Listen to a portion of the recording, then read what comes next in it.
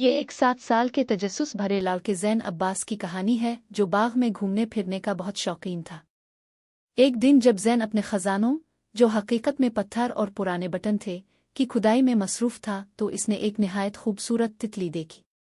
इसके पर ऐसे रंगीन थे जैसे किसी कौस कज़ा को सोने में डुबो दिया गया हो। ज़ैन की आंखें हैरत से खिली की खिली रह गईं और उसने सरगोशी की, वाह! मुझे ये तितली पकड़नी है और सबको दिखानी है। लिहाजा वो आहिस्ता से चुपके चुपके तितली के करीब जाने लगा जैसे कोई बली शिकार के करीब जाती है। मगर जब भी वो करीब पहुंचता तितली अलिफाड़ कर जरा दौड़ जा बैठती जैसे वो जैन के साथ खेल रही हो। जैन ने अज़्म कर लिया कि वो तितली को पकड़कर ही दम लेगा।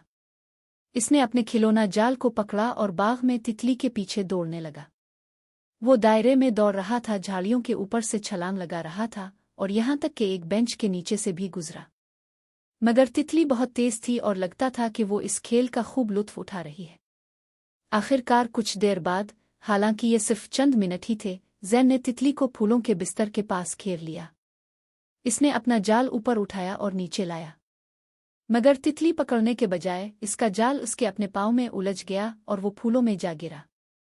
ज़ैन ने ऊपर देखा तो तितली इसके ऊपर मंडला रही थी जैसे कह रही हो, बहुत मज़ा आया।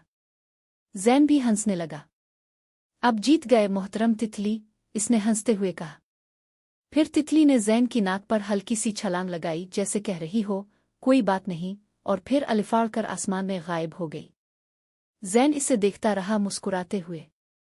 इसे एहसास हुआ कि कभी कभी पकड़ने से ज़्यादा मज़ा दौड़ने में आता है, ख़ास तौर पर जब दौड़ने वाला एक खूबसूरत तितली हो।